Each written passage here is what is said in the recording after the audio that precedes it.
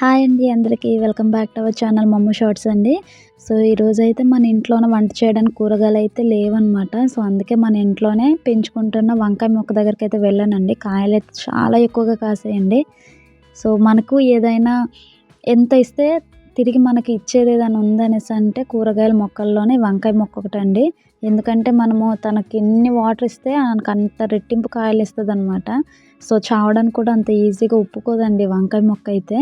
So, గుత్తులు గుత్తులుగా అయితే కాసాయనమాట. చూస్తుంటేనే నాకే చాలా హ్యాపీగా అనిపిచ్చింది. నేను పెంచుకున్న మొక్కేనా ఇన్ని కాయలొచ్చినియి అనిపిచ్చింది.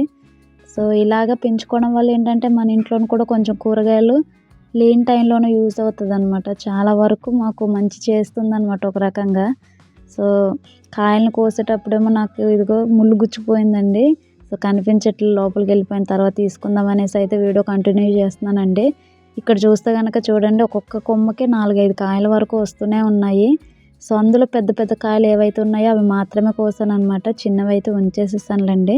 సో, మీరు కూడా ఇంట్లోనే ఈ విధంగానే పెంచుకుంటే కొంచెంలో కొంచెంగా లేని టైంలోనూ యూజ్‌ఫుల్ చాలా ఎక్కువగా అవుతుందనమాట ఈ వంకాయ మొక్క అయితే. సో, మీకు ఏ విధంగా అనిపించిందో కామెంట్ చేసి సబ్స్క్రైబ్ చేసుకోండి.